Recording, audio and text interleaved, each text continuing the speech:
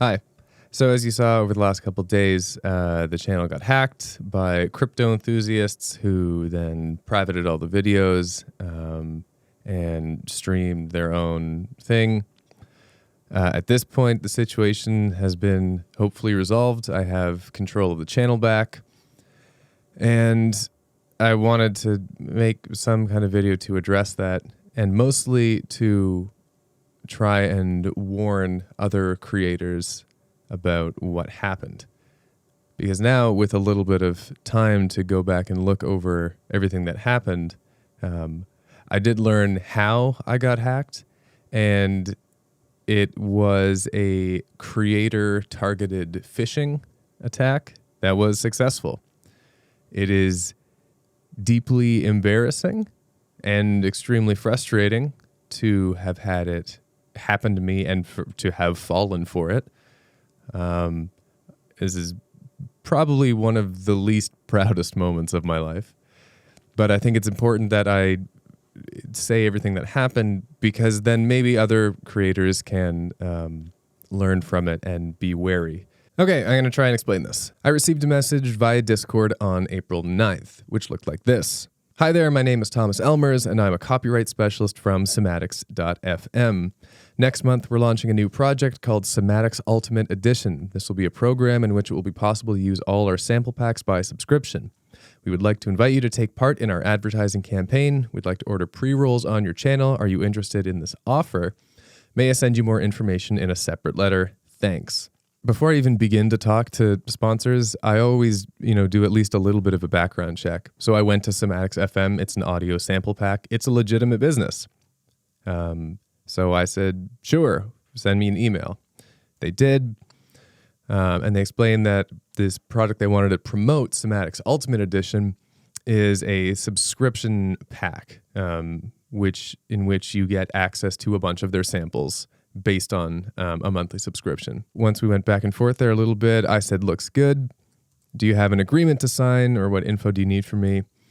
They said, as a rule, we work without a contract. Looking back, that's one indicator of sketchiness. However, as I mentioned here, I've occasionally had a frustrating time trying to chase down sponsors for payment after video's been released, so I prefer having some kind of written agreement for any sponsored videos now. They wrote up this whole contract. A couple sketchy things here, just like proposals not capitalized. My last name was spelled wrong. This was the first draft. I mentioned these problems and they corrected them. Another little sketchy detail, as I discovered after the fact looking into this, this address is not anything to do with Semantics. It is the site of a U.S. Postal Service office. So again, that's like a little weird thing.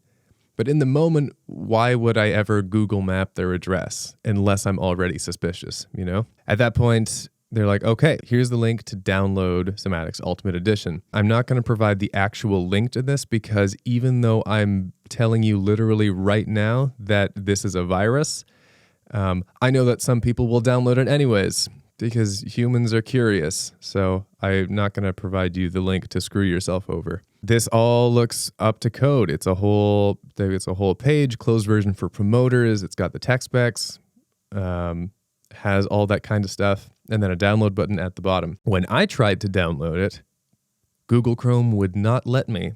Blocked. Virus. And good for Google Chrome. Listen to your virus protection, folks. So I tried that a couple times. We went back and forth saying that I couldn't download the installer file. Eventually, I was like, you know what? Send it to me in a different way. Maybe something with GitHub is going wonky. Send me the installer via a trusted source like Gmail. And they did. They uploaded it to Google Drive, and I downloaded it from there, and that worked. I tried to extract the installer from the archive, and now my desktop virus protection wouldn't let me. So at that point, I started to question things. I was like, well, that's odd. That shouldn't be the case. The most embarrassing part of this ordeal is what happened next, and I can only properly contextualize it by saying, up until now, I had what I like to call never had bike stolen syndrome. What I mean by that is throughout the entirety of my life, despite living in places that have had lots of bike theft, and me riding my bike and locking it outside constantly for my entire life. I've never had my bike stolen. And that, for me, was some kind of benchmark to trust the public at large. Meaning, like, I know bikes get stolen, but it's never happened to me, despite all the times I have flaunted danger. So maybe people just aren't out to get me. And it was that logic that made me say, okay, let's just try and get this installed. And I went into my virus protection settings and say, let this app bypass virus protection. And then I ran it, and an executable ran for about 3 seconds and then disappeared. And at that point, the game was over. I immediately did a virus scan. It caught nothing. So what exactly did this rogue executable do? I will tell you, it is basically the worst thing that can happen. Firstly, it tried to install itself 7 times. However, clearly, like, I had literally allowed it to get through. So what it did was, this program provides remote access to the computer it is installed on. One of the frightening aspects about this is that they had access to my computer and could control it, but it was not obvious because I was still on my computer for the rest of the day, except when I went grocery shopping. I was doing stuff on it while they were simultaneously getting into my channel and doing all those changes. And nothing showed up on my screen. It was all in the background. Once I had looked back and discovered that this was a virus that I had downloaded that gave access, I did do the whole suite of home security things, virus scans, reverting the whole computer to a restore point before I had downloaded anything. Once that control view saw what happened, and I tweeted about what happened, they went into my Google account. They changed the password, they changed the host email, changed the backup email, changed the backup cell number, changed my security question. They went to the YouTube channel, privated every video, wiped the layout banner, changed the icon and the name, started live streaming about Elon Musk and Bitcoin. And that was basically the extent of what they did. They had gotten what they wanted. They had my platform to use it however they wanted. Things could have been a lot worse, because with access to not only my computer, but also to my Google account, they could have basically done anything. My Google account had saved passwords for all my social media, for my bank account, for every digital thing. They could have transferred lots of money out of my bank to them, and it would not have been caught. I'd have to, file reports and do all that. They could have taken over all of my other social media. They could have deleted the YouTube channel, deleted my Twitter, Instagram, TikTok, anything. Destroyed the Discord server. There was really no limit to what they could have done. So I guess I'm thankful that all they wanted was to use my most obvious and biggest platform. Once I'd learned what had happened, I went into panic mode. I was at a loss initially because Google does not have great customer support. There is no phone number you can call. Without access to my account, I couldn't submit any reports. It really felt like there was nothing I could do. And that's why I publicly tweeted at Team YouTube for help. I did not like doing that because I shouldn't have to do that to get support. I was not thinking 100% straight because I was extraordinarily worried. But Team YouTube's DMs are just open for everyone. So I could have just messaged them. And instead I publicly tweeted at them, and then hundreds of people retweeted that. And some people were very harsh towards Team YouTube, unjustly, which I did call out. But I still honestly don't like the route that I went, because I could have just messaged them instead of looking like a sympathy case. In any case, they messaged me. They said, okay, we're going to get working on it. Several hours from that point, this was around midnight for me, they shut the channel down, so they took it off completely. By 3 a.m., I was able to get access to a hijacking report to fill out to Google with an alternate Gmail address, which I did. In the morning of Tuesday the 19th, partner support emailed me saying they disabled the account, gave me an option for instant recovery, and then delayed manual recovery. The instant recovery worked, so on Tuesday morning, I now had access to my Google account again. So I spent all of Tuesday doing a full security wipe and change. I changed every password. I wiped everything that was saved across all my social media, all my websites, my bank account, forums, Discord, everything.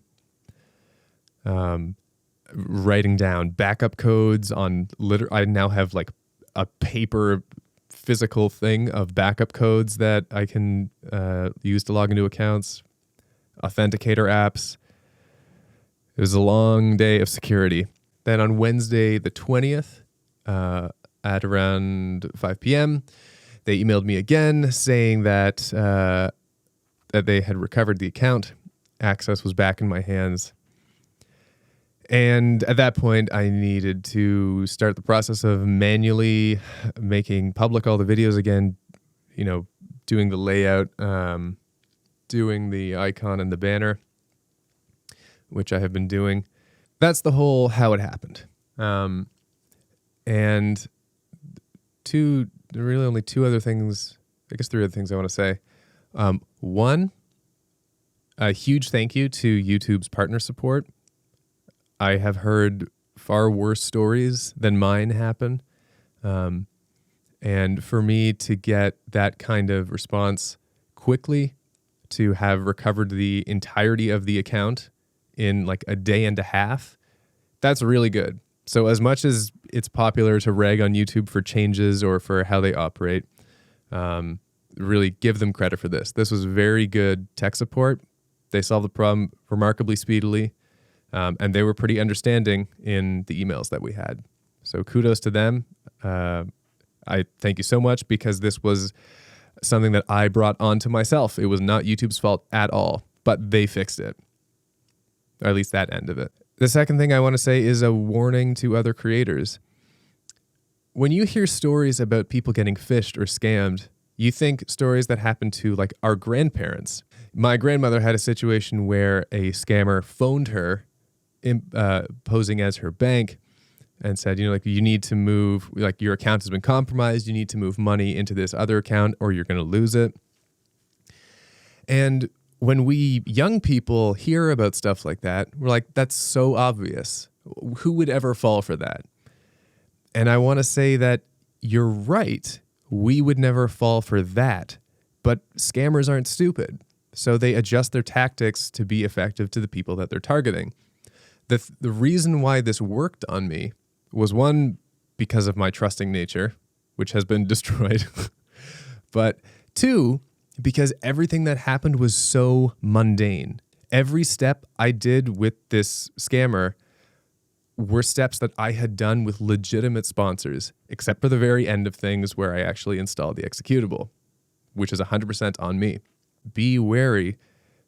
It's the double-edged sword of popularity. Because we have platforms that reach a lot of people, we're natural targets for attacks like this. Be wary, be smarter than I was. Even if you are tech savvy, even if you've been on the internet a lot, geez, it can still happen. So I'm like I mentioned, this is extremely embarrassing. It's very embarrassing to make this video, honestly. Is there anything else? I'm very tired. I have not slept a lot, and I've had a stress headache for 3 days. I've been downing painkillers. This is like when I was in the hospital for lung surgery, and I was just popping painkillers every day. I've been downing them, but my head still hurts, so hopefully that'll go away. Yeah, I think that's everything. Just be wary. If that's it. I'll probably have new content out soon. Yep. All right. See ya.